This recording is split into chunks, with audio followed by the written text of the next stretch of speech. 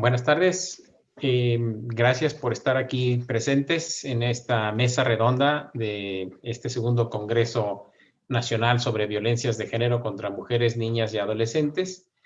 Esta es la tercera mesa plenaria que tenemos en el Congreso, en este importantísimo día, 25 de noviembre. Y nos acompañan, vamos a tener tres panelistas a quienes les hemos pedido que reflexionen y que intercambiemos junto con el público que nos escucha y entre nosotros algunas ideas sobre qué significa dar la batalla en contra de la violencia de género en México. ¿Qué significa en este momento, en este contexto? En fin, cada una de nuestros panelistas lo irá tomando como le parezca más conveniente. Lo que voy a hacer es ir presentando a cada panelista al darle la palabra. Entonces vamos a empezar con Ana Pekova, quien tendrá 10 minutos para hablar. Seguiremos con Indira Sandoval, quien tendrá otros 10 minutos para hablar. Y se incorporará, esperamos, Rodolfo Domínguez, quien también hablará durante 10 minutos. Y luego seguiremos con un intercambio más flexible. Entonces, Ana Pekova tiene más de 15 años de experiencia trabajando en el campo de los derechos humanos de las mujeres. Es directora ejecutiva de X Justicia para las Mujeres, organización feminista que trabaja para promover el acceso a la justicia para las mujeres. Ha sido consultora para varias organizaciones internacionales y ha vivido y trabajado en diferentes países del mundo. Trabajó como investigadora para la organización Interpeace, apoyando los procesos de reconciliación y resolución de conflictos en los Balcanes con un enfoque especial en género. Trabajó en la oficina de la Fundación Ford para México y Centroamérica, apoyando proyectos que promueven los derechos sexuales y reproductivos, los derechos de las personas viviendo con VIH, la migración y el arte como una estrategia para empoderar las mujeres indígenas. Ana cuenta con una maestría en Filosofía Política de la Universidad de York, en Reino Unido, y diploma de investigación en temas de transparencia y acceso a la información de la London School of Economics. Y Ana es ganadora del Premio Nacional de Periodismo del 2016. Sin más, pues Ana, te escuchamos si quieres compartirnos tus primeras reacciones respecto del tema extraño que planteamos. Muchísimas gracias, Roberto, por la introducción, por tenerme aquí. Les felicito por la organización del Congreso y estos varios días de conversación necesaria y más en el contexto en el que estamos. Si bien es un problema que estamos arrastrando ya un tiempo, el contexto de la pandemia de COVID ha agregado, digamos, retos adicionales en un sistema pues quizás no desgastado, pero disfuncional, ¿no? En fin, me parece muy, muy interesante la pregunta que plantean, ¿no? Cómo hacer frente, ¿no? A esa batalla contra la violencia de género. Y ahí quiero empezar de una pregunta que se me hace muy básica, ¿no? Y esa es, ¿cómo entendemos o qué entendemos cuando estamos hablando de violencia de género, ¿no? ¿A qué violencia nos referimos? Normalmente estamos pensando, ¿no?, en la violencia que de manera predominante afecta a las mujeres cuando hablamos de violencia de género. ¿Y ahí a qué nos referimos? Nos referimos, por supuesto, a la violencia que se da en el ámbito familiar, una violencia que tradicionalmente ha afectado más a las mujeres, donde los datos lo que nos muestran es que 9 de 10 personas que han sido golpeadas por un familiar han sido mujeres, 8 de 10 personas amenazadas por un familiar han sido mujeres, donde el 100% de personas víctimas de violación en el seno familiar han sido mujeres, ¿no? O por otro lado, la violencia sexual, que es otra violencia que de manera predominante y en todos los ámbitos afecta más a mujeres. Las mujeres son más de 75% de las víctimas de esta violencia. Cuando miramos fenómenos, digamos, como los homicidios también, pues vemos que hay algunos tipos o lugares, contextos de violencia que afectan a las mujeres de manera predominante. Cuando miramos qué es lo que ocurre en el hogar, en línea a lo que decía de la violencia familiar, el hogar sigue siendo un lugar mucho más peligroso para las mujeres. Es mucho más probable que, comparado con los hombres, los asesinen, ¿no? Alguien que ellas conocen, con el que han tenido relación. Más alto el porcentaje de ellas que llegan a morir en comparación con hombres, ¿no? Por acuchillamiento, golpes, ahorcamiento. Sin embargo, creo que es necesario a esta conversación agregarle algo que nos ha estado pasando en la última década o quizá un poco más, ¿no? Y que no necesariamente lo abordamos en estas conversaciones cuando hablamos de violencia de género. ¿A qué me refiero?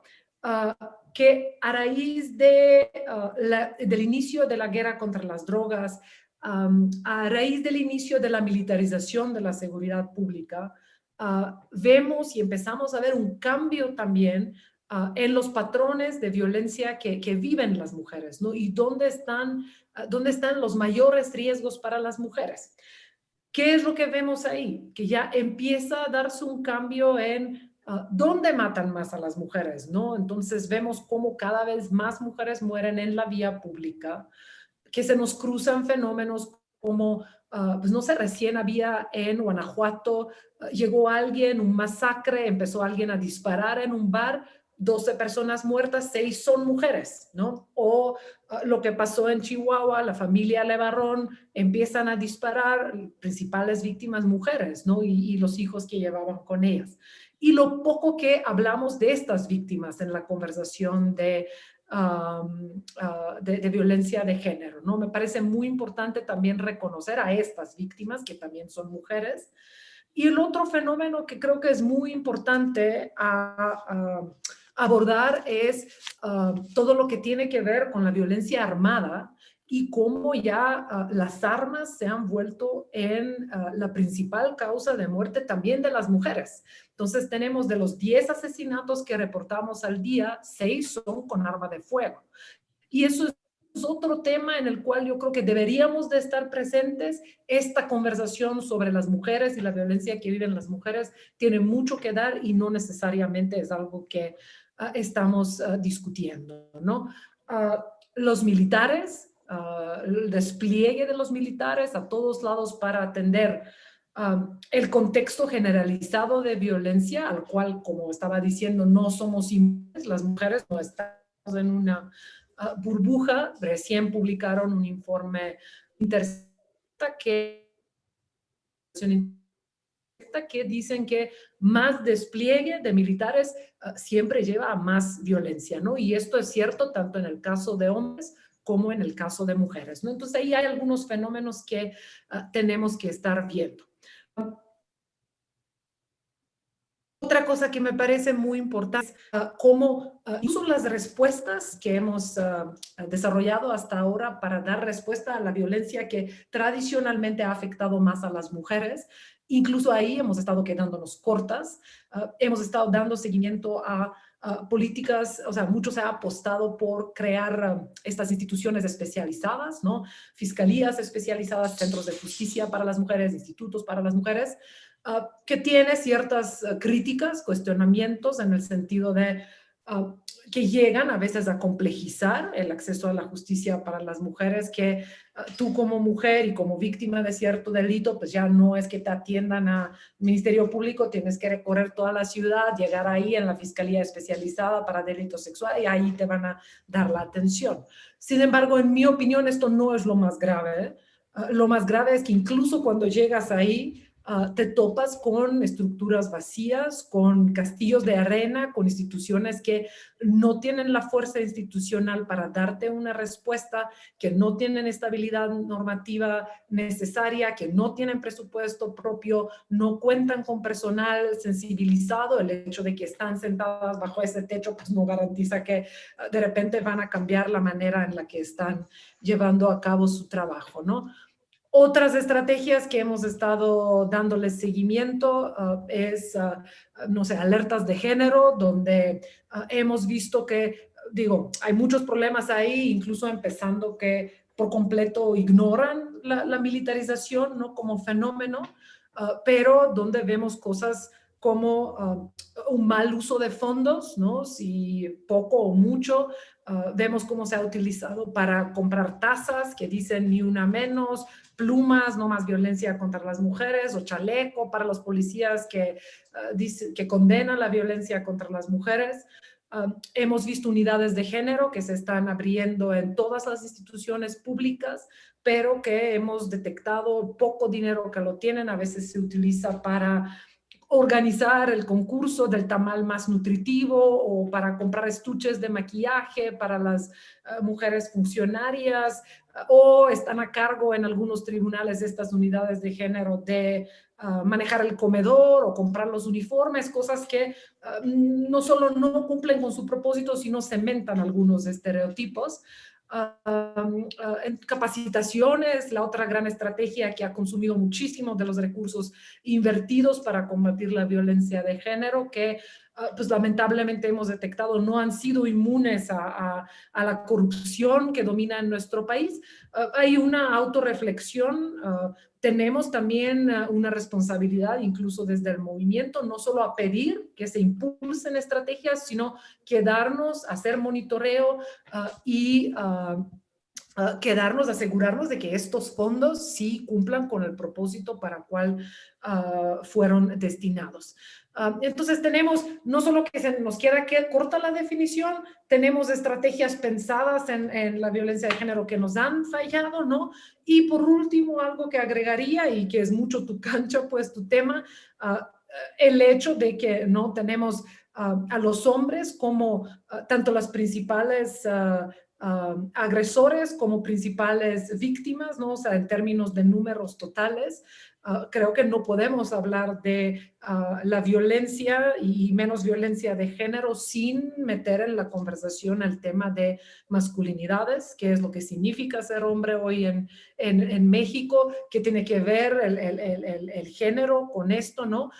Y normalmente en las conversaciones de violencia de género siempre somos solo las mujeres, ¿no? Y solo hablamos de la violencia que nos afecta a nosotras. Pero creo que es una conversación que se tiene que dar de manera más amplia y a la que nos tenemos que sumar tanto mujeres como hombres, ¿no? Es algo que afecta de manera negativa no solo a las mujeres, los hombres también. En fin, yo dejo aquí mi inicial intervención y feliz de discutir las cosas que surjan más adelante en la conversación. Bueno, gracias.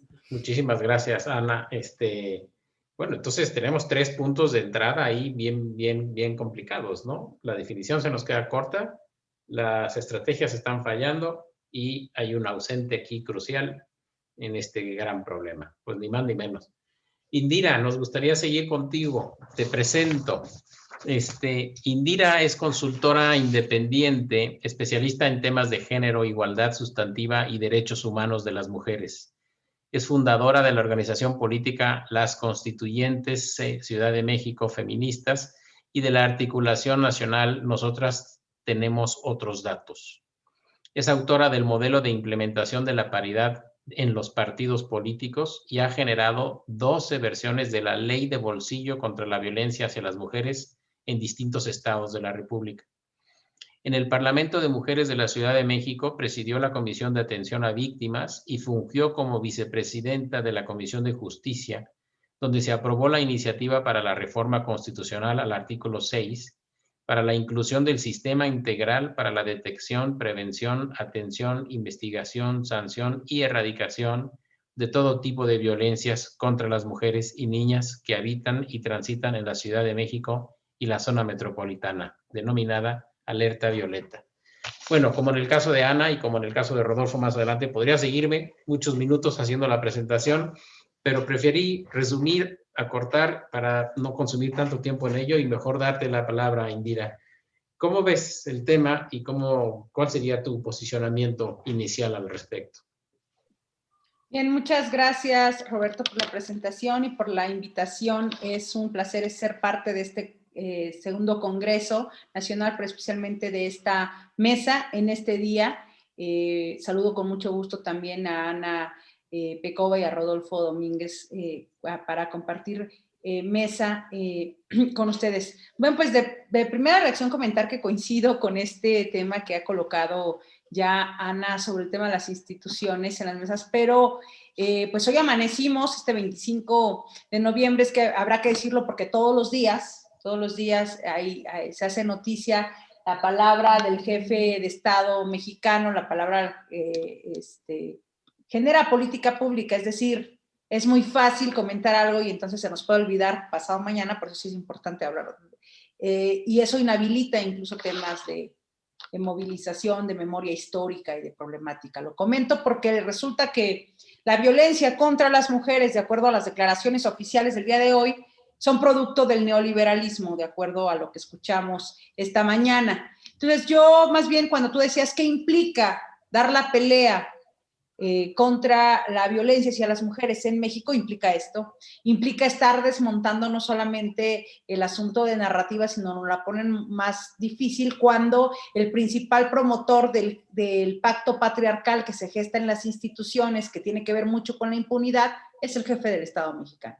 O sea, este tipo de narrativas. A mí me parece que estamos frente a una desolación y una orfandad política e institucional que se viene fortaleciendo con todo este esquema que ya de ello también se comentaba al principio, el adelgazamiento institucional que tiene que ver con el desmantelamiento de políticas públicas y hacer un tendido totalmente distinto con una política clientelar, totalmente corporativizada, que no necesariamente nos acerque a los derechos humanos en principio. O sea, no creo que podamos estar previniendo temas con las tandas del bienestar, pues. O sea, un gobierno coloca sus prioridades en el presupuesto, y este 25 de noviembre estamos también a 5 días del 1 de diciembre, cumplir 2 años de gobierno, y creo que tenemos que hacer un inventario de lo que ha implicado este tema.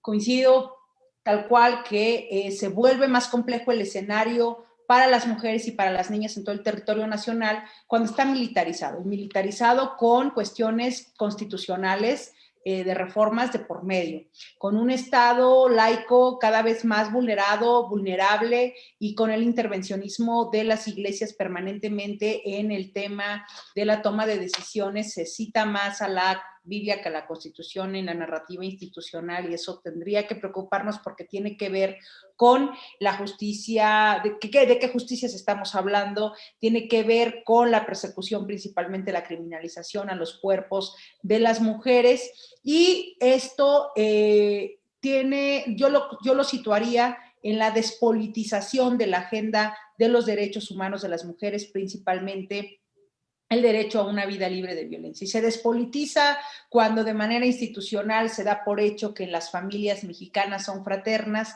se despolitiza y se genera y profundiza en la impunidad cuando se da por hecho que las llamadas al 911 son falsas, y cuando todo esto tiene implicaciones. Por ejemplo, revisaba las cifras que esta mañana fueron publicadas, de que hay 777 feminicidios en el país registrados por las instituciones del Secretariado Ejecutivo del Sistema Nacional de Seguridad Pública, versus más de 2.300 homicidios dolosos, es decir, que se hacen con toda la intención de asesinar.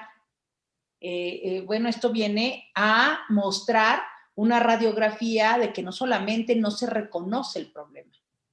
Yo no reconozco el tema de las violencias, no reconozco que esas muertes violentas se den en por ejemplo, que la pandemia vino a desnudar muchas más desigualdades y a poner de manifiesto y profundizar el asunto de la violencia. Por ejemplo, me parece que a consolidar la feminización de la pobreza, la precarización de la vida de las mujeres, el asunto de los cuidados, pero vino también a reforzar estos temas que comentaba Ana, que cada vez mueren más mujeres en el espacio público. Y sí, con todo este esquema de militarización y ya hay asuntos que tienen que ver incluso con el crimen organizado, con la explotación, con la trata, con la desaparición. No son temas disociados. Sin embargo, la pandemia nos permitió ver que el espacio que tendría que ser el más seguro para las mujeres, que son los hogares, pues subió en un 70% la violencia. Y tenemos otro marco, aparte de estos 2 años de gobierno, me parece también este informe de medio término que tiene que entregar el Estado mexicano al comité de CEDAW sobre 4 ejes fundamentales, como el tema de los mecanismos de la alerta de género, sobre el tema del acceso a la justicia, aunque lo hace de manera muy precisa con el caso de Pilar Argüello, sobre el asunto de la desaparición, la trata de mujeres y de niñas, y sobre el asunto de feminicidios. Y yo creo que ninguno de estos 4 ejes que pudieran abarcar la gran problemática, el acceso a la justicia, que tiene que ver con total impunidad, el asunto de las alertas de género, que se ha visto como un mecanismo que no termina por funcionar, pero tampoco creo que debamos colocarnos en la otra parte de que entonces, porque pareciera que están a la espera de,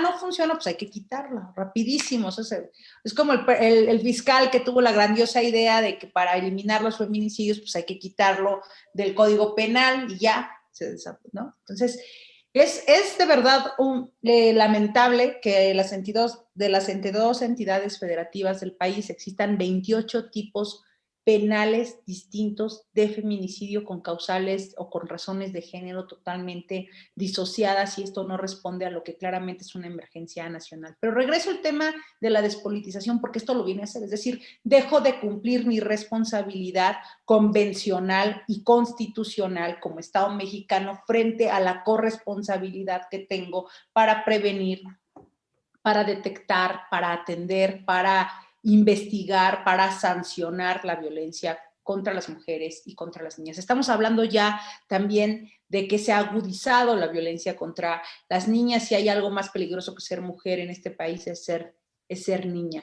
¿Y por qué iniciaba mi participación con las declaraciones institucionales? Porque efectivamente se vuelve en política pública de la acción del gobierno el que se desconozca el problema, y que es una forma permanente de desvirtuarse de tu responsabilidad institucional y decir que yo la verdad es que no uso ya la palabra conservadores, aunque tenemos muy claro qué significa, porque queda claro que el presidente entiende por conservadurismo otra cosa, al grado que nos ha metido a las feministas incluso en su mismo costal, ¿no?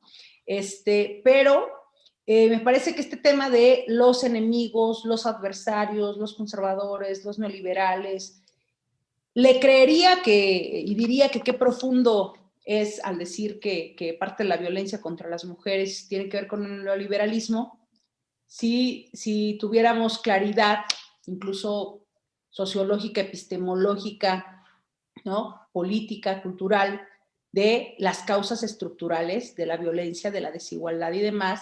Pero el tema del neoliberalismo solo precariza la vida de las mujeres en un ambiente que ya en sí es totalmente desigual por el hecho de ser mujeres, donde todavía están perpetuadas estas causas estructurales que nos dejan en total desventaja social, cultural, económica, política de las mujeres. Y que bueno, también estos 3 grandes gigantes y pilares que nos han dejado en esta condición de sobrevivencia y de supervivencia, ya no de vivir de manera digna a las mujeres, como es también el colonialismo, que agregaría yo a este tema. Por eso es muy delicado que solo hacia allá vaya la narrativa institucional. Y por otro lado, ¿qué implica dar la batalla? Implica estar criminalizadas, Roberto. Está instalada en la narrativa, en la práctica, de manera general, una persecución y criminalización, estigmatización del movimiento feminista, pero ya de manera sistémica e institucional. No quiere decir que esto tenga que ver de este sexenio para acá, pero creo que sí ha aseverado y se ha profundizado en ese sentido. A las mujeres que hoy vemos pintando, rayando, rompiendo, son producto de esta sociedad, no están, o sea, son generaciones que ya nacimos con derechos, pero que ya cada vez se nos deshumaniza más, cada vez tenemos mayores grados de violencia, cada vez nos enfrentamos a otro tema, y que es muy probable que son generaciones que ya no necesariamente vean en las instituciones la vía ni la ruta, porque hay un desencanto total ante la deuda histórica que tiene las instituciones del Estado mexicano frente a nuestra vida. Por eso hablo de esa desolación y de esa orfandad política. Agrego a esta orfandad política el desdibujamiento del poder legislativo, donde solamente impera la agenda presidencial y donde, bueno, la Suprema Corte de Justicia de la Nación, pues acaba de repente con algunas decisiones, pues deja totalmente ahí una desolación, y pareciera que al ser esto no es menor, porque sí hablo de esta orfandad, pero implica la estigmatización y yo sí lo veo que es un tema muy delicado, me ha tocado vivirlo de manera personal, ¿no? O sea, cuando la Diamantina, hay quien creyó que era muy prudente decir de manera directa, ella es una provocadora, es una tal así. Entonces, lo comento ¿por qué? Porque después vimos quién financiaba la CNDH, otro tema que hay que agregar a este inventario, no contamos con contrapesos, con un organismo autónomo de protección de derechos humanos, no tenemos a nadie, nos tenemos más nosotros. Entonces, ¿por qué comento esto? Porque cuando ya es el gobierno federal quien te dice vándalas, cuando el gobierno estatal te persigue, cuando ya hay un amotinamiento, cuando ya es un asunto de encapsulamiento, que bueno, está dada la palabra del secretario de gobierno para que la marcha de hoy en la Ciudad de México por lo menos dijo que sin presencia policial, vamos a ver. Pero cuando sucede esto, entonces y que el país es un tema de caja de resonancia de lo que sucede, pues se envalentonan. Tienes ya al vecino que no te tachaba de no sé qué, ya de feminazi, pero también tienes a Quintana Roo ya respondiéndote a balazos. Ya es un asunto de estigmatización. Entonces, ¿qué quiero comentar? Sí está instalado. O sea, ¿qué implica defender los derechos humanos de las mujeres? Eso que estás viendo. Implica represión, implica impunidad, implica polarización política, implica despolitización, implica deshumanización, implica que se perpetúen prácticas que nos coloquen en otro lugar. Y bueno, ya para una segunda reacción dejo algunos de los apuntes. Ok, excelente. No, bueno, pero entonces, lo que está saliendo, por lo pronto, es que el contexto parece ser crecientemente complicado, digamos, no quiero usar otra palabra, y que supone una serie de retos en términos incluso de estrategia, ¿no? Para dar la lucha. Rodolfo, ¿estás escuchándonos? Es que Rodolfo no puede conectar su cámara, pero queremos ver, dice que es... Ah, aquí está, sí tiene hasta cámara. Sí, buenos días a todas y a todos. Una disculpa, en verdad, tuvimos un evento de emergencia el día de hoy. Me encuentro incluso en la ciudad de Monterrey ahorita, justamente atendiendo casos muy complejos de violencia contra las mujeres que nos ocupó venir de emergencia a pesar de la crisis de COVID por acá. Una disculpa de antemano por la situación en la que me encuentro ahora, pero Entonces te presento, muchísimas gracias. Gracias, Rodolfo, por, a pesar de estas condiciones en las que te encontramos, por tomar el teléfono y conectarte. Te presento y puedes tener una primera intervención con nosotros. Sí, claro que sí. Ok, entonces Rodolfo Domínguez Márquez es abogado especialista en violencia de género contra las mujeres y mecanismos de protección a mujeres en situaciones de violencia y feminicidio. Formó parte del equipo de litigio estratégico que obtuvo el primer precedente de la Corte Suprema de Justicia de la Nación en materia de feminicidio y debida diligencia en su investigación y enjuiciamiento en el caso de Mariana Lima. Ha influido en la implementación de la Declaración de Alerta por Violencia de Género en varios estados de la República Mexicana. Es coordinador de la Asociación Civil Justicia, Derechos Humanos y Género, que realiza actividades de litigio estratégico y monitoreo de casos de feminicidio y violencia contra las mujeres. Forma parte del Observatorio Ciudadano Nacional del Feminicidio y es integrante fundador de la Women's Alliance for Security Leadership, alianza internacional de OSCs, activistas por la paz y movimientos de mujeres, con presencia en 35 países que trabajan promoviendo la paz para eliminar la violencia contra las mujeres y otros extremismos. Rodolfo, muchísimas gracias de verdad por conectarte aún en estas condiciones. Y bueno, lo que estamos haciendo es una primera reacción a la pregunta a la que les invitamos a reflexionar aquí en esta mesa. ¿Qué significa en este momento dar la batalla en contra de la violencia de género en México? Tendrías 10, 12 minutos para darnos tu primer punto de vista. Muchísimas gracias. Primero que nada, un honor estar en esta mesa, tanto con Ana Pecova, con Indira Sandoval, sin duda referentes en el tema. Bueno, yo lo que quisiera comentar, y creo que coincido mucho en lo que han planteado las dos ponentes, me parece que estamos viviendo en un contexto muy complejo de violencia en contra de las mujeres que se ha venido agravando en los últimos 15 años. Me parece que este contexto sin duda tiene que ver con un sistema patriarcal terriblemente acentuado en nuestro país, donde la violencia pues es estructural y sistemática en contra de las mujeres por razones del género. En este caso, me parece que ha habido una falla estructural por parte del Estado mexicano para hacer frente mediante políticas públicas adecuadas a este contexto tan extremo de violencia. Ya se ha hablado de temas que son verdaderamente referenciales, particularmente un tema que es las declaratorias de alerta por violencia de género, donde al día de hoy tenemos 21 declaratorias formalmente declaradas en el Estado, lo que implica que más de la mitad del Estado mexicano se encuentra en una situación de violencia extrema en contra de las mujeres, principalmente por violencia feminicida, y en esto me refiero a feminicidios y a desaparición de mujeres y niñas, pero también hemos documentado y tratado de evidenciar mediante alertas por agravio comparado un contexto también de falta de acceso a servicios especializados de salud que implican incluso la interrupción legal del embarazo, un sistema que además criminaliza a las mujeres y que lejos de garantizarles su salud reproductiva, pues les limita estos derechos a nivel nacional. Me parece que el tema de alertas se vuelve fundamental porque tendría que ser un mecanismo correctivo de política pública que tendría que ayudarnos a hacer frente a estos contextos tan extremos de violencia que hemos venido viviendo a lo largo de los años. El mecanismo de declaratoria de alerta de género además ha sido estigmatizado, ha sido politizado y poco comprendido. Este mecanismo además me parece que lo que refleja es una falta de voluntad política de muchas de las autoridades responsables a nivel estatal y federal de hacer frente a esta violencia. Y trato de explicarme en este tema.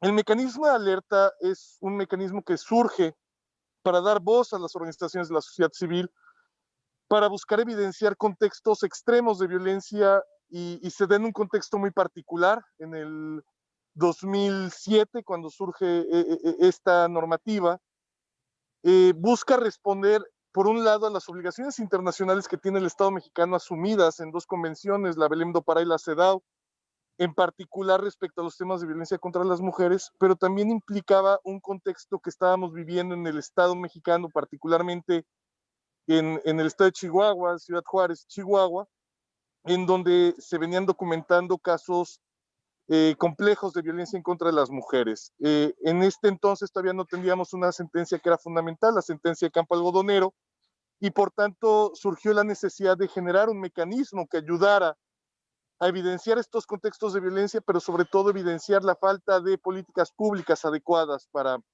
atender, prevenir y sancionar la violencia extrema en contra de las mujeres. Este mecanismo ha sido de difícil implementación. Desde el Observatorio Ciudadano Nacional del Feminicidio hemos buscado implementar este mecanismo desde el 2008 y hemos acompañado muchos de los procesos de estas declaratorias de alerta de género y nos han permitido identificar pues muchas cuestiones, particularmente los retos que presentan las políticas públicas que no son adecuadas para hacer frente a las diversas expresiones de violencia en contra de las mujeres que se dan en contextos y bajo patrones muy particulares en cada uno de los estados en donde se han presentado. Al día de hoy también coincido, sí hay un problema estructural en cuanto a la violencia doméstica que además se vio agravado por este contexto de COVID, donde la violencia doméstica se volvió un problema complejo por el tema del confinamiento y la falta de atención y respuesta adecuada del Estado ante esta problemática.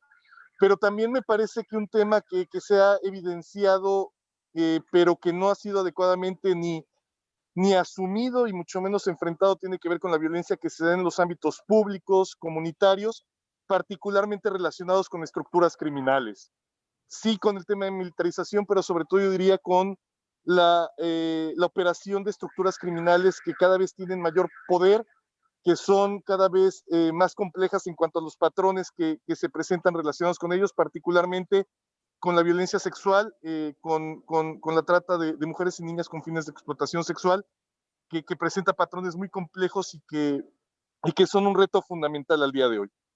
Como organizaciones de la sociedad civil defensoras de los derechos humanos de las mujeres, sobre todo de víctimas de violencia feminicida, pues nos enfrentamos cada vez a mayores obstáculos que tienen que ver incluso con la dificultad que nos implica como organizaciones de la sociedad civil el poder realizar nuestro trabajo de forma segura. Cada vez nos enfrentamos a mayores riesgos y amenazas, pero también me parece que el tema más relevante tiene que ver con la falta de voluntad política de las autoridades. Nos enfrentamos a autoridades indolentes, omisas, negligentes, poco capacitadas, y eso es un problema porque como organizaciones no podemos suplir de ninguna forma las responsabilidades que tienen las autoridades para implementar políticas públicas adecuadas. Si bien hemos tratado de participar, de impulsar desde nuestras experticias, allegando de personas expertas, revisando políticas públicas, proponiendo políticas públicas, hemos logrado avanzar en ciertas cuestiones de diseño de políticas públicas. Si estas no se implementan adecuadamente, no sirven de nada, quedan en blanco y negro. Y ese es un problema que hemos visto en los últimos años. Hemos avanzado en protocolizaciones, hemos avanzado en diseño de mecanismos, comunidades de análisis y contexto, hemos avanzado en revisión legislativa, hemos hecho propuestas de reformas, pero esto se queda en blanco y negro y no logramos aterrizarlo, no logramos que se implementen adecuadamente, y ese es un problema de fondo porque perpetúan la violencia y mandan un mensaje de permisibilidad y de impunidad que ponen mucho mayor riesgo a las mujeres. El tema de impunidad en este país pues es grave, una impunidad que es estructural. Además, hemos desarrollado a partir de las investigaciones que hemos hecho pues una ruta de impunidad que trata de explicar estas situaciones. Y lo explicamos, por ejemplo, en dos vías, en la procuración y en la administración de justicia. En cuanto a la procuración que vemos, pues falta de debida diligencia en la investigación con perspectiva de género de delitos relacionados con la violencia por razones de género en contra de las mujeres. Vemos esta falta de capacitación y esta falta de voluntad de operadores jurídicos de mirar los contextos de violencia, de entender las estructuras de la violencia en contra de las mujeres y de modificar la forma en que actúan para romper con estas inercias de violaciones a derechos humanos, de falta de debida diligencia y de impunidad que persiste en el país. Pero también vemos, por ejemplo, el tema con la administración de justicia, jueces que también establecen criterios poco garantistas, criterios que a mi parecer a veces más bien parecen malabares jurídicos que buscan invisibilizar la violencia, y lo vemos reflejado, por ejemplo, en la insistencia de reclasificar, por ejemplo, los feminicidios en homicidios para invisibilizar las razones de género, pero, por ejemplo, también lo vemos en tentativas de feminicidio que se reclasifican a meras lesiones, lo vemos en la dificultad de acreditar la violencia sexual, el que sistemáticamente se cuestionan los dichos de las víctimas, lo vemos en la realización de pruebas que no ayudan a visibilizar los contextos y que más bien son estigmatizantes y criminalizadoras de las víctimas de violencia sexual o de violencia doméstica, por ejemplo. Se culpa a las víctimas de la violencia de la que son objeto. Y todo esto nos coloca en una situación compleja.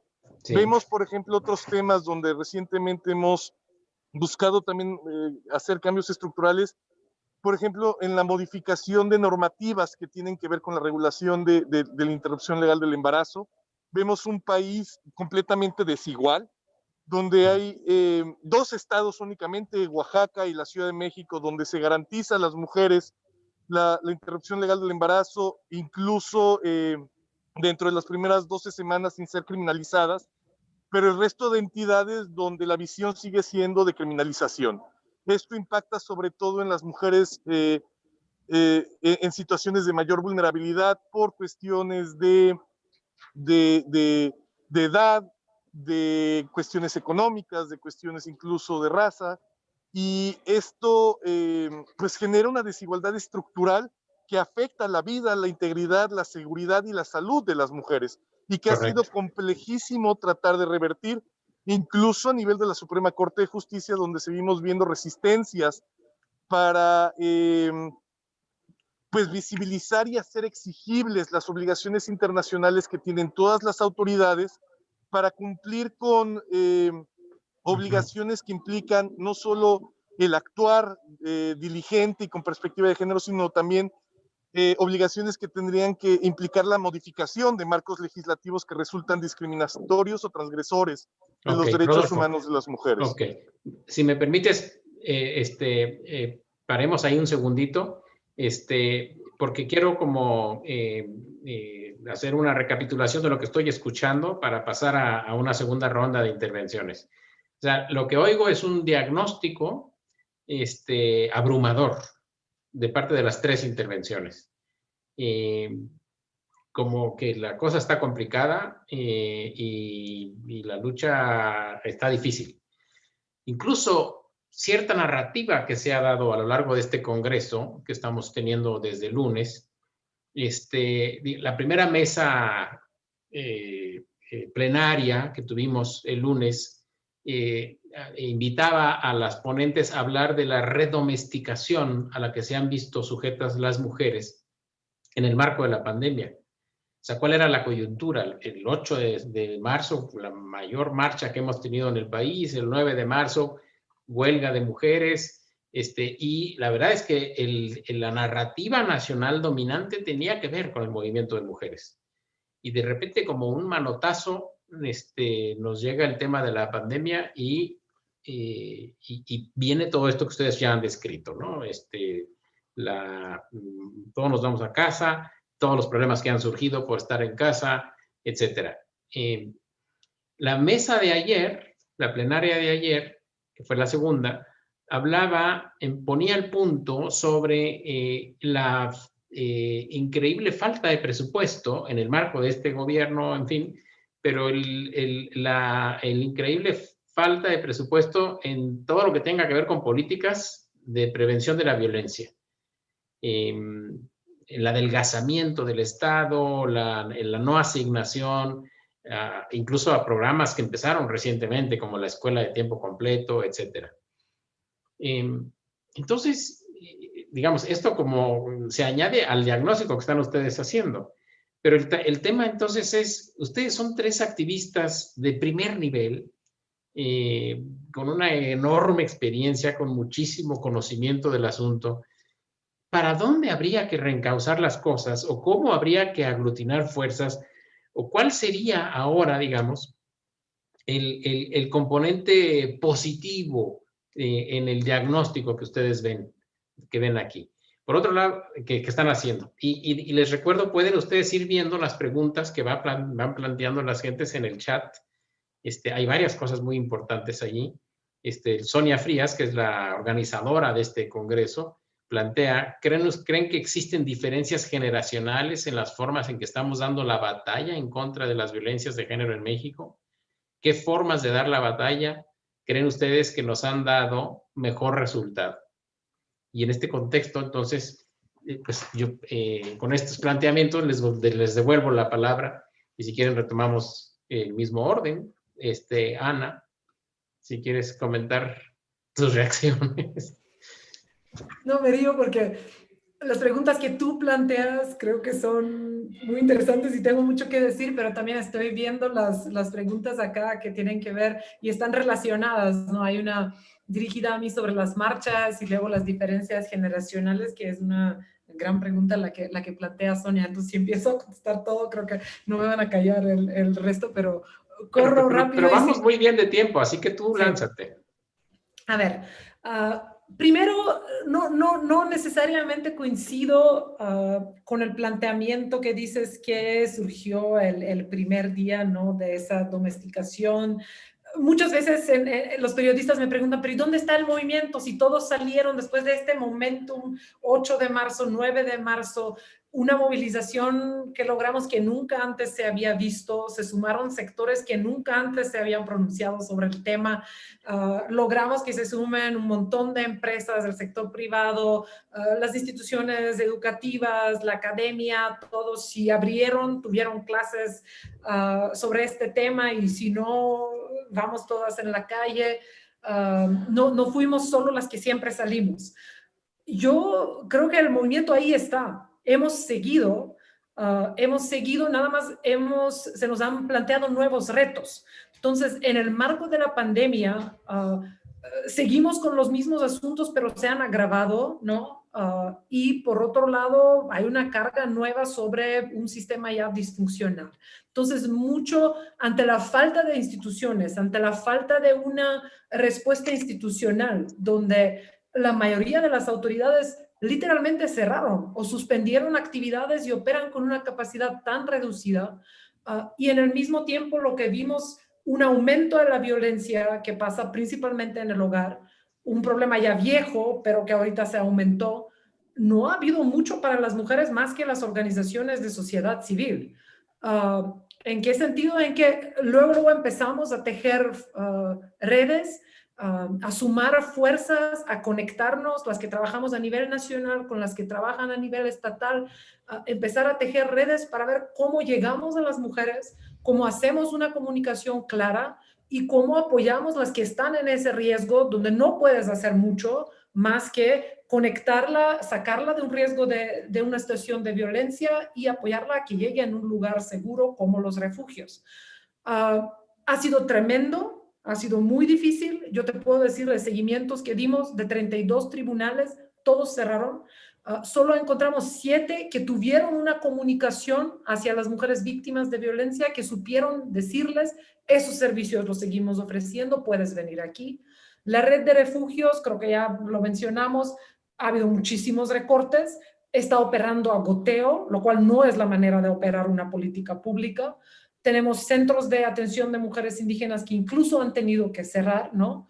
Y en el mismo tiempo este cuestionamiento, ¿no?, por parte de la cabeza del Estado, si las llamadas son falsas o no son falsas, ¿no? Si vemos una pequeña reducción en los números, acabo de estar con expertos de otros países y cuando ven la reducción de llamadas en este contexto, se preocupan, crece la preocupación sobre las situaciones, deben de experimentar condiciones más difíciles para hacer la denuncia. Y acá es menos violencia, por eso hay menos llamadas, ¿no? Y en este momento creo que ha quedado claro que la respuesta a ese problema no puede estar solo en las instituciones de justicia. Creo que eso ha quedado claro, la ausencia del Estado ha quedado clara, entonces para mí a lo que tenemos que ya ir, tenemos que buscar respuestas alternativas, tenemos que apostar a lo comunitario. Creo que hay experiencias muy interesantes de acompañamientos que hemos dado a grupos de mujeres mayas en la península de Yucatán, muy interesantes liderazgos que te empujan incluso a repensar qué es la justicia, ¿no? Porque claramente, y después de todo lo que hablaba Rodolfo, eso no es justicia, punto, ¿no? ¿Para qué le seguimos empujando para allá? Las mujeres son solo procesos revictimizantes. Cuando digo esto, por supuesto que no es una batalla que se tiene que dejar, se tiene también que seguir haciendo, pero busquemos alternativas para darles mejores respuestas a las mujeres que estamos apoyando. El otro tema, el tema de, y vaya, no solo por eso, sino simplemente porque pienso que el problema de la violencia de género es mucho más amplio, que no es un problema que se va a resolver solo si respondemos al problema de impunidad, sino es un problema al que es necesario que se sume sector salud, se sume el sector de trabajo, que se sume educación, ¿no? Que nos tenemos que sumar todos, hombres y mujeres, desde las distintas trincheras. Para nada se va a acabar este problema solo si de repente empiezan a jalar los policías y los tribunales. Por otro lado, la pregunta sobre las marchas. Creo que, vaya, el movimiento feminista no solo que ha estado ahí, presente, ha sido, me atrevo a decir, la única fuerza de la oposición, la única fuerza que tiene la legitimidad en el contexto actual para salir y que no se le puede cuestionar por ahí. Creo que todos estamos de acuerdo que la violencia contra las mujeres es algo malo. Esto es algo que une y creo que justo por eso los cuestionamientos que han venido desde el presidente y desde las autoridades actuales han sido, bueno, pero los financia el sector privado o las que ocuparon CNDH están tomando alcohol, ¿no? Se están buscando distintas maneras de deslegitimar el movimiento porque la causa es justa y es válida. Y como tal es un movimiento que es oposición en este contexto.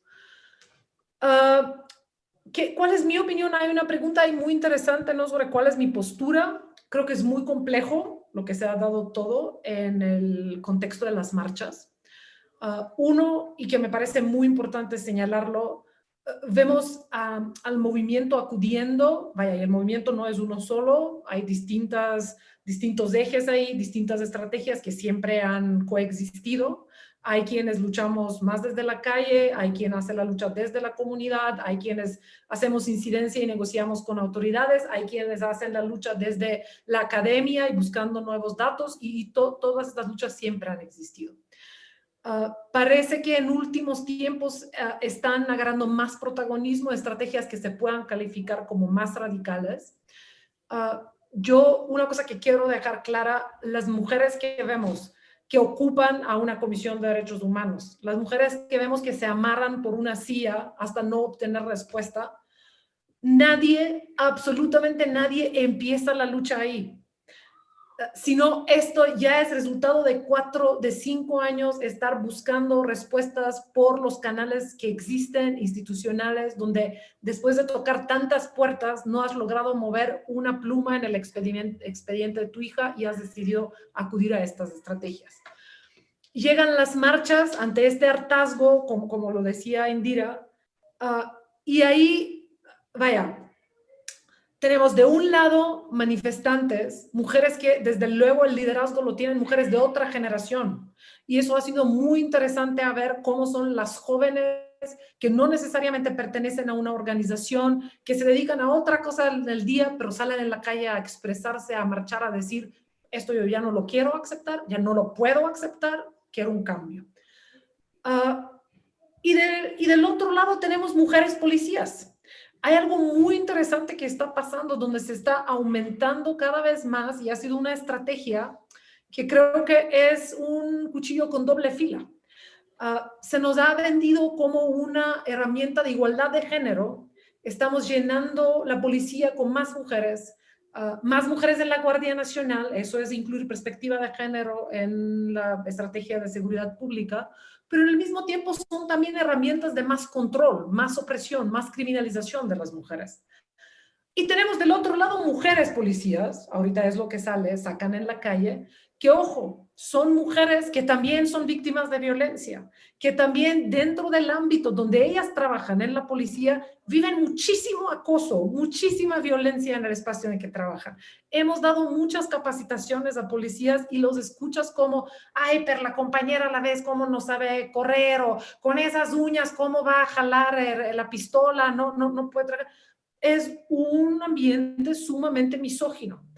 Entonces, y no lo quiero invisibilizar, pero en este contexto donde se encuentran en la calle mujeres manifestantes desprotegidas y llegan como representantes del Estado estas mujeres, con toda la protección del aparato estatal, creo que hay una desigualdad de poder que es muy importante reconocer y visibilizar.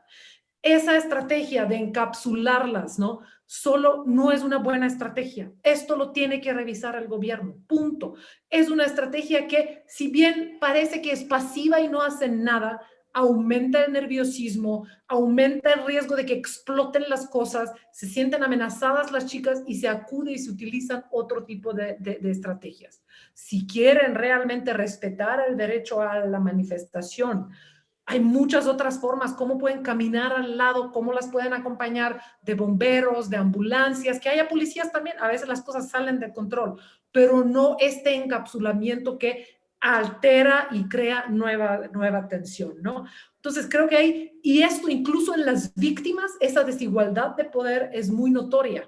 El día siguiente, todos los medios estaban hablando de las 40 policías mujeres que salieron agredidas de las marchas. Había muchas más mujeres manifestantes que fueron lastimadas, buscaron atenderse en sus barrios, en las colonias, con doctoras feministas, pero es en la clandestinidad, ¿no? Entonces, incluso ahí ves la desigualdad de poder. Y yo reconozco que ambos grupos viven violencia y problemas, pero no estamos comparando iguales entre iguales cuando vemos las manifestantes y las policías, por más que se trata de, ves solo caras de mujeres, ¿no? Entonces yo dejo aquí y luego seguimos. Ojalá haya más tiempo. Gracias, Ana. Muy, muy importante lo que estás señalando. Indira, ¿quisieras retomar y continuar o reaccionar a lo que está saliendo o retomar algunas preguntas? Pues justo están saliendo varias cosas y yo más bien retomaría esta línea de que se me hizo muy delicado que a días de la marcha, que del 8M, pero también de este paro, donde también con la ausencia pudimos hacer visible las contribuciones de las mujeres, tanto en el ámbito público como privado, cuando viene la pandemia y las primeras acciones gubernamentales al respecto, en México la declaración haya sido, y ese es un mensaje político contundente para el único, lo comento con toda claridad, cada vez que puedo creo que lo digo, todavía más convencida, es decir, cuando declaran a los pocos días de la pandemia, nos cayó como anillo al dedo y tenía que ver con un reconocimiento no dado en un expreso, pero era prácticamente explícito del tema hacia el movimiento feminista, que por mucho es el único movimiento que representa una genuina oposición a cualquier régimen de opresión, a cualquier régimen de poder, a cualquier régimen violatorio de derechos humanos. Segundo, es el único movimiento frente a toda una crisis ideológica, política, epistemológica, incluso además del tema de la crisis sanitaria, económica y demás, en la región. Bueno, ahí Bolivia viene ahorita retomando algunas cosas, pero bueno, ves Brasil, volteamos a ver Argentina, Venezuela, lo que está sucediendo en la región, y creo que desde Argentina a México, el único movimiento pujante, constante, pese a la crisis del progresismo en América Latina, es el movimiento feminista. Pese a la pandemia, es el movimiento feminista. El movimiento feminista que no pueden tratarnos ni siquiera compararnos con el movimiento, o sea, en principio porque el movimiento feminista lo conformamos mujeres, eso implica aclarar y puntualizar para quien no lo tiene a veces muy claro, es que no somos un sector, que somos una población y la mayoría de la población. Entonces, no se nos puede tratar como al magisterio, como al sindicalismo, como al campesinado, que sin duda tienen sus propias causas, sus propias luchas, y las mujeres siempre hemos estado ahí, pero ellos no con nosotros, ni los vemos moviéndose en este momento, y no significa que no estén padeciendo esos movimientos algunas otras implicaciones explícitas que la pandemia ha traído consigo y que de por sí ya tenían. Pero somos las mujeres las que estamos ahí en las calles, y de algo más allá del tema de las diferencias generacionales, que sin duda, yo lo comentaba hace rato, que hay una generación que ya nació con derechos, sí, pero que ahora estamos frente a una deshumanización, a una despolitización y a tratos cada vez más crueles y inhumanos a los que nos estamos enfrentando, pero también me parece que todas somos contemporáneas de la violencia, de distintas formas en sus manifestaciones, y que nadie goza, me parece, de ningún tipo de autoridad para deslegitimar. Yo creo que aquí en la mesa no se ha dado, y yo creo que no creo que exista ese tema de la narrativa de deslegitimar qué tipo de manifestación es válida y cuál no, porque a los ojos del patriarcado, pues para ellos, pues calladitas nos vemos más bonitas. ¿Ante los ojos de quién no es válido? Para empezar, monumentos que ni siquiera nos representan. Estos son los que representan la realidad de las mujeres, la antimonumenta a los feminicidios. Porque los monumentos históricos a los que tanto les puede que haya una manifestación política, tiene también que ver con los símbolos bajo los que se ha construido la historia de esta nación y del mundo. A mí me encantó una manifestación en Sonora que no había monumentos, y entonces primero construyeron los monumentos de cartón y luego los rayaron, porque también era una forma de decir, no son estas paredes, es que es todo el sistema, o sea, es todo el sistema el que no nos representa. Entonces, habrá quien lo haga con estas aerosoles, pero también creo que cuando dicen aquí, hay una pregunta, ¿y cuál creen que es la vía que funcione? Al menos en la vía que nos hemos movido todas, de alguna manera siempre ha sido una ampliación, modificación, reforma o efectividad de un marco jurídico, siempre ha sido a costa de algo y de alguien, y principalmente de mujeres. Y las recomendaciones internacionales que tiene el Estado mexicano por violaciones a derechos humanos es por violarle los derechos humanos a las mujeres principalmente. Entonces, creo que aquí en el movimiento, que jamás ha sido heterogéneo, que jamás ha sido homogéneo, disculpen, aquí ha sumado quien ha ayudado a teorizar, a poder conceptualizar temas que siempre habían existido pero no se nombraban, a contabilizar, a generar las estadísticas, los indicadores, a poder colocar también el cuerpo, ¿no? A quien pone el cuerpo, a quien pone el nombre, a quien ha ayudado a la construcción de institucionalizar algunas prácticas que cada vez vayan generando, que yo creo que lo que todas aspiramos, a que nuestros derechos humanos los podamos ejercer de manera plena, de manera libre de violencia, de manera igualitaria. Sí son distintas las formas, sí, yo creo que son más las coincidencias que las diferencias, que son muy puntuales, que tiene el movimiento feminista, muy puntuales, y creo que yo más bien ahí invitaría que no creo que el movimiento en este momento se esté centrando tanto en esas diferencias, porque ahí creo que perdemos todas, como estas mutaciones del patriarcado, pero hay diferencias claras, entre el abolicionismo y el reglamentarismo, por ejemplo, entre quien ve por la vía de las instituciones y ve que no hay de otra y hay que irnos, pues no sé si al fusil, pero por lo menos a las rayadas y a quemarlo todo, también es un tema, o sea, porque no podemos, el tema del movimiento feminista es político, y ayer, por ejemplo, me preguntaban en un foro que qué le diría yo a las mujeres jóvenes para que participaran políticamente, y yo les decía, para empezar, que es político. ¿Qué están entendiendo ustedes? Porque ni se circunscribe a los partidos, ni se circunscribe, ni se limita la participación ciudadana a la emisión del voto, y creo que todo el mundo, lo personal es político, el movimiento está más activo y político que nunca. El tema es, ¿a quién está escuchando este gobierno? Yo lo pregunto, porque ni es a la manifestación, ni tampoco es a todas las compañeras que, por ejemplo, yo reconozco en muchas de las organizaciones que están aquí, como el Observatorio, como X Justicia, están las de nosotros, tenemos otros, así, tampoco es a nosotros quienes nos están escuchando. O sea, hay diagnósticos, hay estudios y demás. Quisiera introducir, y no sé si me lo permiten, que hay un tema que me parece importante, más allá de que seamos parte del esfuerzo para poder colocarlo, pero la 3 de 3 para nosotros nos parece fundamental, porque era como, o sea, no nos pueden acusar de que les quemamos la pared que tanto quieren, ¿sí? Y ni les rayamos el cristal que tanto cuidan y que les indigna más que los cuerpos y la vida de las mujeres, pero sí tenemos que cambiar las reglas en las que se mide esta democracia. Una democracia que para empezar no se puede consolidar sin la participación sustantiva de las mujeres. ¿Por qué no explicas brevísimamente qué es la 3 de 3? Porque sospecho que muchos de los que nos oyen no lo saben. Claro que sí, muchas gracias, Roberto Bay, por esta moción, que desde luego que sí, esta iniciativa 3 de 3 es en este momento a nivel federal un lineamiento electoral, pero en otros estados ya es una normatividad constitucional que propone y promueve que para ocupar todo cargo de elección, de designación, o sea, el funcionariado, quienes no son electos en las urnas, y de concurso, es decir, los órganos autónomos,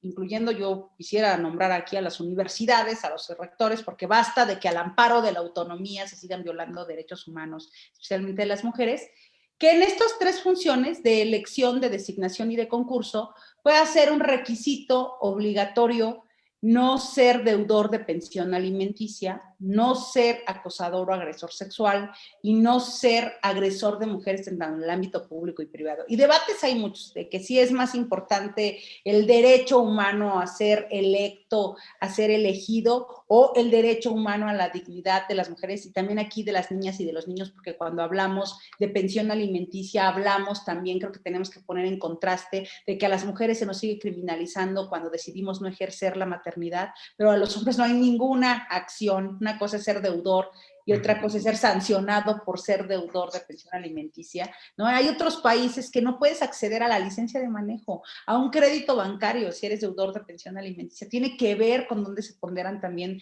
a las infancias que, bueno, el 19 de noviembre, en la conmemoración del Día Internacional por la Violencia Sexual contra Niñas, Niños y Adolescentes, estamos teniendo cifras justo en este tema que tú decías, que si nos domestican, yo creo que por ahí no iba, pero más bien es que se agudizó la violencia contra las mujeres, contra las niñas, niños y adolescentes, porque son los hogares, los espacios más peligrosos. Y es volver a esta primicia que Kate Millett en política sexual nos decía, o nos dice, lo personal es político, y la 3 de 3 no pretende llevar al escrutinio la vida privada de nadie, pretende que rompamos el pacto de impunidad que se gesta en las instituciones, porque un político le teme más a un periodicazo y a las redes sociales, que a una denuncia formal ante el juzgado penal o de lo familiar donde se sabe y siente protegido por este pacto de impunidad. Entonces, en medio de todas estas desolaciones, me parece que ha habido en estos últimos días, por ejemplo, este reconocimiento, o por lo menos la aprobación del dictamen para el reconocimiento del derecho al cuidado y al tiempo, que yo me quedo ahí porque el tema del sistema de cuidados, quién sabe qué sea más en esta idea del bienestar, no vaya a ser que eso resulte ahí un bodrio medio, y está complicado firmar cheques en blanco en esta administración. Segundo, el tema de la paridad en todo, y creo que tenemos ahora que transitar hacia el ámbito privado, y es vergonzoso que el Senado de la República haya impugnado el hecho de que las mujeres, o sea, sí en todo, pero ya donde se toman las decisiones, no. Por favor, no. Entonces, es muy delicado los mensajes que nos están mandando, no es disociado de lo que está pasando. Y el tema de la violencia política ya como un delito, porque nos parece que la violencia política o la violencia contra mujeres activamente políticas también es un atentado contra la democracia. Para empezar, ¿de qué democracia estamos hablando? Claro. ¿Y qué tiene que ver esto con dar la batalla en México? Termino con este comentario. Sí creo que se vuelve una lucecita que sea requisito obligatorio, aprobado por unanimidad y sin ninguna impugnación, sea requisito obligatorio para el proceso electoral 2021, y yo más bien invitaría a que todas estemos pendientes de que se cumpla, de que ya no hay prestigio que alcance para quien nos legisle, para quien nos gobierne, para quien nos administre. Cumple con el principio de corresponsabilidad con los derechos humanos de las mujeres, en prevenir, en atender la violencia contra las mujeres. Perfecto. Ok, o sea que después de ese diagnóstico desolador, complicado que tuvimos con sus primeras intervenciones, lo que está saliendo ahora es, bueno, que hay de todas maneras hay una nueva generación, por ejemplo, de activistas que está tomando el liderazgo. Entre las muchas cosas que decía Ana, dijo eso, y que traen sus propias formas de lucha. Que es el movimiento de mujeres, en todo caso, el movimiento más organizado y para el caso la mayor auténtica, la oposición más articulada, digamos. Y que hay además estrategias muy concretas como esta de 3 de 3 u otras que pueden tener un futuro promisorio. En esa misma línea, Rodolfo, ¿cómo ves? ¿Qué más habría, digamos, ya no tanto de diagnóstico, sino de estrategia o de novedad para seguir respondiendo a esta pregunta de qué significa en este momento luchar contra la violencia de género? Pues bueno, yo creo, y coincidiendo con mis colegas, creo que el mayor activo nacional que tenemos es el movimiento feminista. Okay. Y yo no lo plantearía ni siquiera como posición, yo lo plantearía es el último recurso que nos queda. Es decir, esta sociedad nacional, mundial, está en una crisis evidente, es una crisis que ha sido generada por un sistema patriarcal, sin duda, cuando se analizan los problemas estructurales de fondo. Y lo único que nos queda es justamente este movimiento feminista diverso, pero contundente, sin duda alguna. Creo que si bien sí hay cambios generacionales importantes, estos cambios generacionales también son necesarios y fundamentales para seguir aprendiendo de ellos.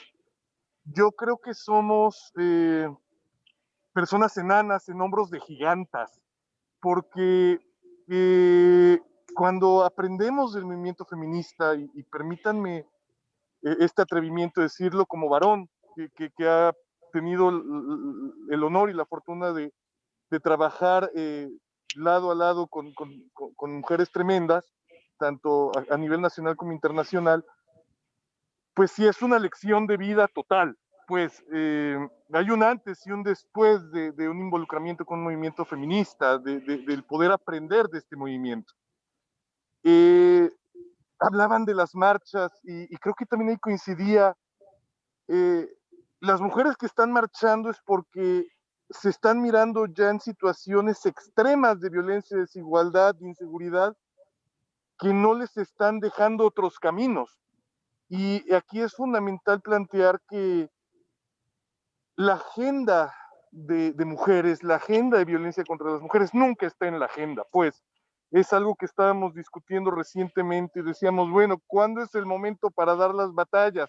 ¿Cuándo es el momento políticamente correcto para dar batallas? y en realidad nunca hay un momento político adecuado para dar las batallas por los derechos de las mujeres, porque nunca se coloca dentro de la agenda nacional. Entonces, aquí hay un tema que es fundamental y que tiene que ser una lección de cómo se está posicionando sobre la agenda un tema que es fundamental. Como bien dicen mis colegas, estamos hablando de más de la mitad de la población.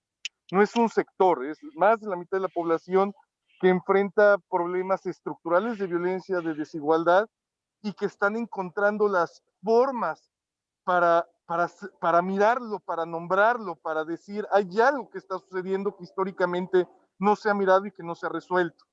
En este sentido, pues quiero plantear varias cuestiones. Uno, estos grandes logros del movimiento feminista de poder nombrar, darle nombre a aquello que antes no tenía nombre. Por ejemplo, el feminicidio, que ha sido también un tema de resistencias. ¿Por qué sí feminicidio y por qué no el homicidio?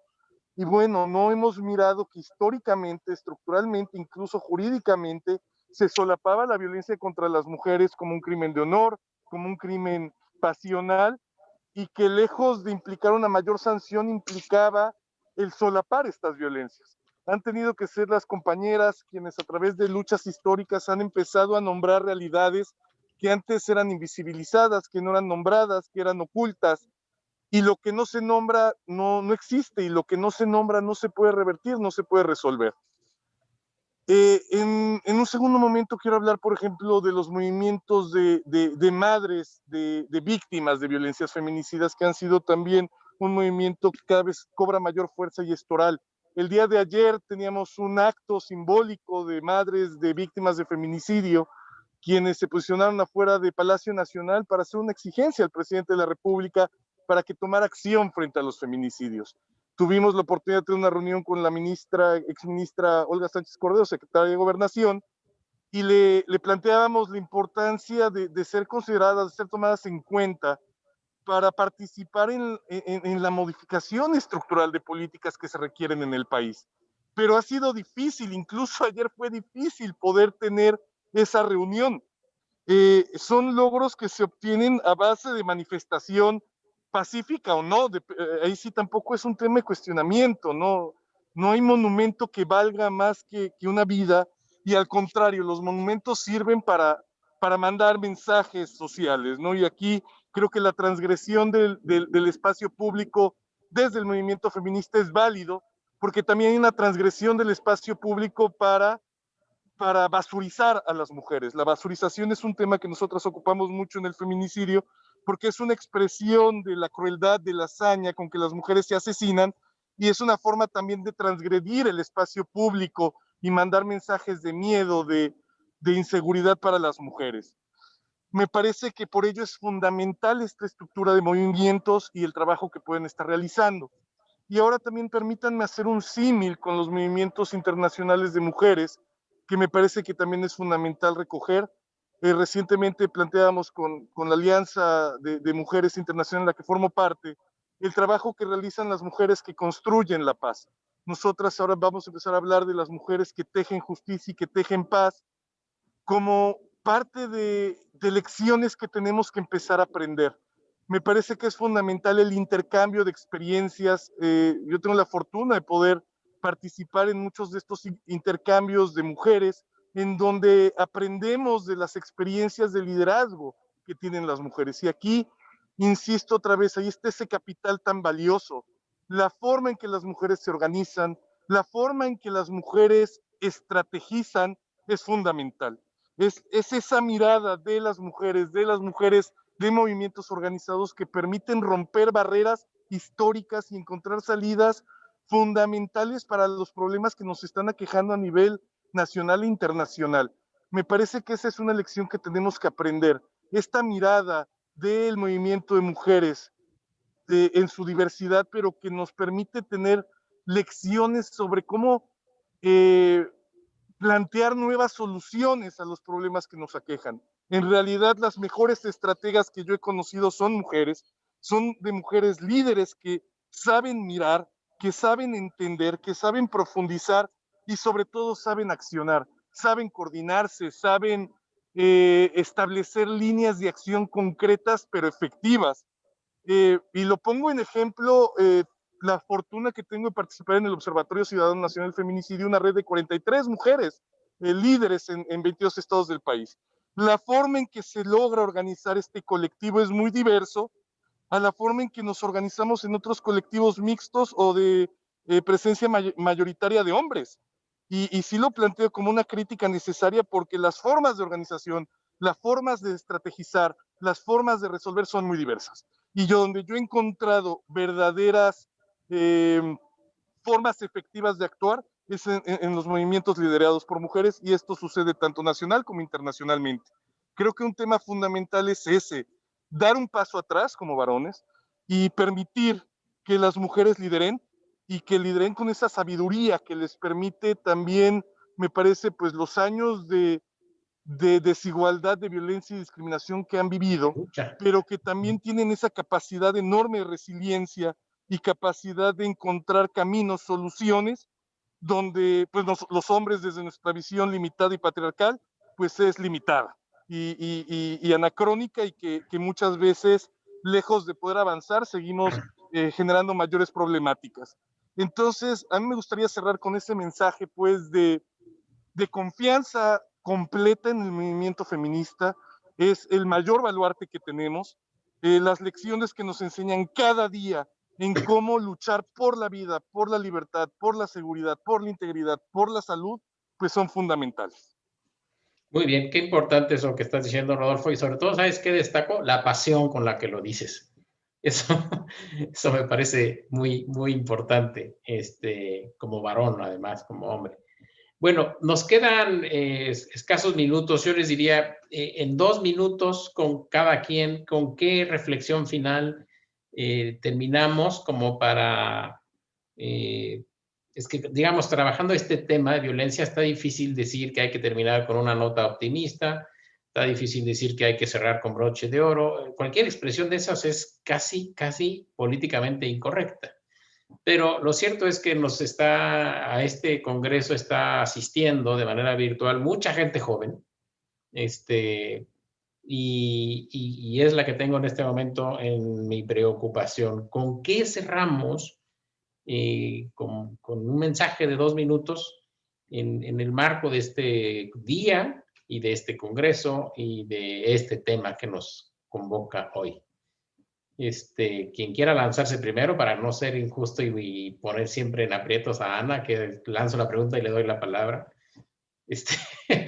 A lo mejor tú mismo, Rodolfo, quieras. Bueno, ya prendió su micrófono Ana, así que... Si quieres, Rodolfo, vas, Rodolfo. A ver, Rodolfo, muchas gracias. 2 minutos ahora nada más. Yo querría cerrar entonces con 2 expresiones que me gustan mucho. ¿De qué sirve la revolución si no podemos bailar? Y creo que la revolución será feminista, y si no, no será. Creo que si tenemos que cerrar con broche de oro es con esa lucha de las colegas que dan día a día por la vida, por la libertad, por la seguridad de las mujeres. Es ahí donde tenemos que poner los esfuerzos para construir una mejor sociedad. Un mundo donde quepan muchos mundos, pero que sea un mundo de justicia, de equidad, y que transite hacia la igualdad. Es por la vida, por la integridad de las mujeres, que son más de la mitad de la población. Si no tenemos un equilibrio con esa mitad, pues vamos a irnos en el declive y en el derrumbe, y los derechos nunca se han ganado por las buenas, y menos cuando hablamos de las mujeres. No hay otra forma más que luchando. Excelente, Rodolfo, muchísimas gracias. Indira, te damos ahora la palabra a ti. ¿Con qué cerramos? 3 minutos. Sí, a mí me gustaría cerrar que no habrá ningún tipo de transformación, ya no digamos si de primera o de cuarta, sin despatriarcalización, sin desmontar todo este tipo de prácticas, de conductas, de relaciones, que desmonten la desigualdad, la injusticia social y todo lo que precariza los espacios y la vida que por consecuencia tiene la violencia. Entonces lo digo de manera muy clara, sin despatriarcalización no habrá transformación, rescatando que nuestras hermanas bolivianas, por ejemplo, nos han dicho que la despatriarcalización es a hombres y mujeres lo que la descolonización a los pueblos. Y entonces, si no dimensionamos que es hasta allá el desmontar todo este tipo de prácticas y que lo primero que debe despatriarcalizarse es la política en pensamiento y acción para garantizar los derechos humanos de las mujeres, poco se va a lograr. Entonces, ni una más, no queremos una asesinada más, no se trata solamente de cifras, hablamos de temas de dignidad, de justicia social, y yo cerraría con eso. Muchísimas gracias, Roberto, por la invitación, y ha sido un placer escucharles y aprenderles siempre, Ana Pecova y Rodolfo Domínguez. Muchas gracias. Y gracias, Indira. Y antes de darle la palabra a Ana, yo nada más añadiría que esto de la despatriarcalización es importantísima, y, por ejemplo, entre las muchas ponencias que estuvimos escuchando estos días, ayer escuchábamos algunas sobre entrevistas a feminicidas de México y de Argentina y de varios países. Y a mí me impresionaba digamos, cuando justifican, pero estamos hablando de feminicidas de 20 años de edad, de 22, o sea, no piensen en el señor de 45 o 60, no, jóvenes. Y me impresionaba porque ponían los testimonios, lo que dicen, o sea, se quería ir de la casa y además estaba agarrando sus cosas, y entonces le dije, pues si yo las compré esas, y empezamos a discutir, y pues sí, la maté, en fin. Es decir, parece haber, en los testimonios que se fueron presentando, un núcleo duro que ni siquiera se ha enterado de la lucha de las mujeres. Y por lo tanto, parecería que el reto de la despatriarcalización es, o sea, enorme, porque, digamos, entre los universitarios y ciertos clases medieros ilustrados, bueno, algún trabajo personal estamos haciendo, qué sé yo, pero parece haber allí afuera un núcleo duro tremendo, que es que tendría que ser parte de la estrategia, digamos, o cómo ya sé que lo es, pero digamos, la pregunta sería interesante escuchar de qué manera se está contemplando llegar incluso a más allá de los límites propios del movimiento, ¿no? Pero bueno, Ana, mejor te escuchamos a ti. Muchas gracias, Rodolfo. Muchas gracias, Indira, también. Me ha encantado compartir el espacio con ustedes. Roberto, por supuesto, siempre te aprendo y pones preguntas que me hacen pensar. Nada, me despido diciendo que solo porque es difícil, no quiere decir que no tenemos que dar esta batalla, ¿no? No olvidemos que hace 60 años las mujeres no podían ni siquiera votar, y aquí estamos, tenemos paridad. Por supuesto que no es una garantía la mera participación de las mujeres. Siempre digo que nunca hemos tenido tantas mujeres participando en el gobierno y nunca hemos perdido tanto en tan poco tiempo. Entonces creo que la lucha no acaba ahí, solamente metiendo a las mujeres, sino tenemos que luchar para que esas voces efectivamente se escuchan, se oigan y que tengan el impacto que estamos buscando. Creo que es muy importante hablar de la violencia que viven las mujeres, y más porque no solo es más cada día, sino es más compleja. Pero también me parece importante hablar sobre el contexto en el que se está dando la violencia, no olvidar todo el marco de desigualdad, no olvidar cosas que se han profundizado incluso en el marco de COVID, que tenemos una participación económica en el sector formal todavía muy baja de las mujeres, solo 40 y tantos % de las mujeres versus 77% de los hombres.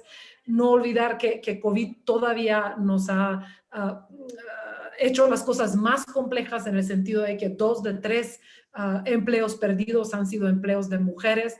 7 de 10 empleos que se han recuperado ahorita, como estamos haciendo un esfuerzo de levantarnos, han sido empleos de hombres, ¿no? Y cómo todo esto también agrega más cosas, ¿no?, que tenemos que ir viendo. El problema es grande, y solamente tejiendo entre todos, desde las distintas trincheras, creo que vamos a poder hacer un muro, una frente para poder responder. Creo que todos tenemos algo que dar, a las autoridades les toca promover políticas públicas, ofrecerles respuestas, ¿no? Pero a nosotras nos toca analizar, evaluar, exigir rendición de cuentas, exigir transparencia para que podamos hacer esto. También hay mucho que se puede hacer desde lo comunitario, no cerrar esos canales de diálogo, y creo que es la única manera a hacer frente a este problema tan grande. Hacer lecturas y comprensión de los problemas abiertos, nunca cerrarnos a la reflexión, a escucharnos, no olvidarnos que los problemas que trabajamos no son burbujas aisladas, sino todo está relacionado. Ver, hay mucho que podemos desde el feminismo aportar a otras luchas que se están dando y donde la voz de las mujeres es muy importante, y viceversa, ¿no? Hay muchos temas que todavía nos falta ser feministas y poner frente y resaltar cómo están afectando a las mujeres. Algunos de los logros más ricos han venido de estas colaboraciones entre movimientos, entonces nunca dejar eso del lado, ¿no? Creo que es lo único que nos hace más fuerte y nada, la solidaridad entre movimientos también. Muchísimas gracias de nuevo por la invitación. Como pocos espacios he gozado la conversación. Muy, muy rico escucharlos a todas, a todos. Muchísimas gracias, y gracias, Indira, por brincar de un evento al otro, y igual Ana, igual Rodolfo, la verdad les apreciamos muchísimo el esfuerzo y la generosidad para regalarnos este rato e iluminarnos con reflexiones tan importantes. A nombre Muchas gracias a todas y a todos. Muchísimas gracias. Yo me despido. Gracias, muchas gracias. Hasta luego. Bueno, un abrazo. hasta luego. Es un tema sensible y doloroso. Muy bueno. Felicidades por todo el trabajo que han estado haciendo. Gracias. Gracias. Hasta luego.